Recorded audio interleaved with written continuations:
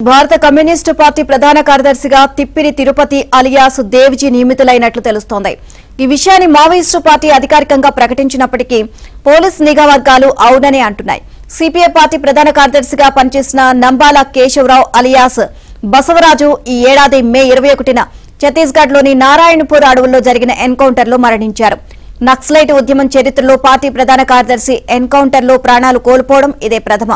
తదుపరి ప్రధాన కార్యదర్శిగా పార్టీ ఎవరిని ఎంపిక చేస్తుంది అనే విషయమై సర్వత్రా ఆసక్తి నెలకొంది. ఈ క్రమంలో మావోయిస్టు పార్టీలో నెంబర్ 2 స్థానంలో ఉన్న తిరుపతి పేరు బలంగా వినిపించింది. ఈ నేపథ్యంలోనే ఆయన పార్టీ అధిపతిగా నియమితులయ్యారు. ఈ మేరకు మావోయిస్టు పార్టీ ఒక లేఖను విడుదల చేసినట్లు తాజాగా ప్రచారం జరుగుతోంది.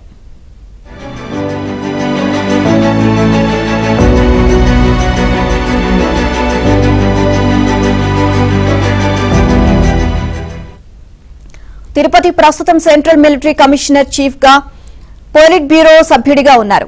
ఇక 2003లో తిరుపతిలో అలిపిరిలో చంద్రబాబుపై జరిగిన దాడిలో నంబాల కేశవరావుతో పాటు తిరుపతి పాత్ర ఉన్నట్లు పోలీసు వర్గాలు చెబుతున్నాయి.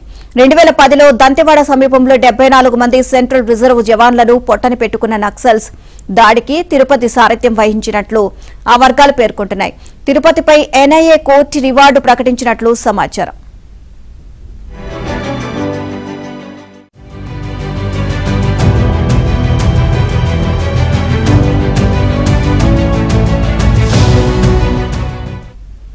ఇక నాటి పీపుల్స్ వార్ నుంచి నేటి మావోయిస్టు పార్టీ వరకు సాయుధ పోరాటానికి తెలుగువారే సారథ్యం వహించే పరంపర కొనసాగుతోంది. తొలుత కొండపల్లి సీతారామయ్య, తర్వాత ముప్పాళ్ల లక్ష్మణరావు, నంబాల కేశవరావు, నేడు తిరుపతి అలియాస్ దేవ్జీ పార్టీ చీఫ్లుగా బాధ్యతలు చేపట్టారు. వీరందరూ తెలుగువారే కావడం విశేషం.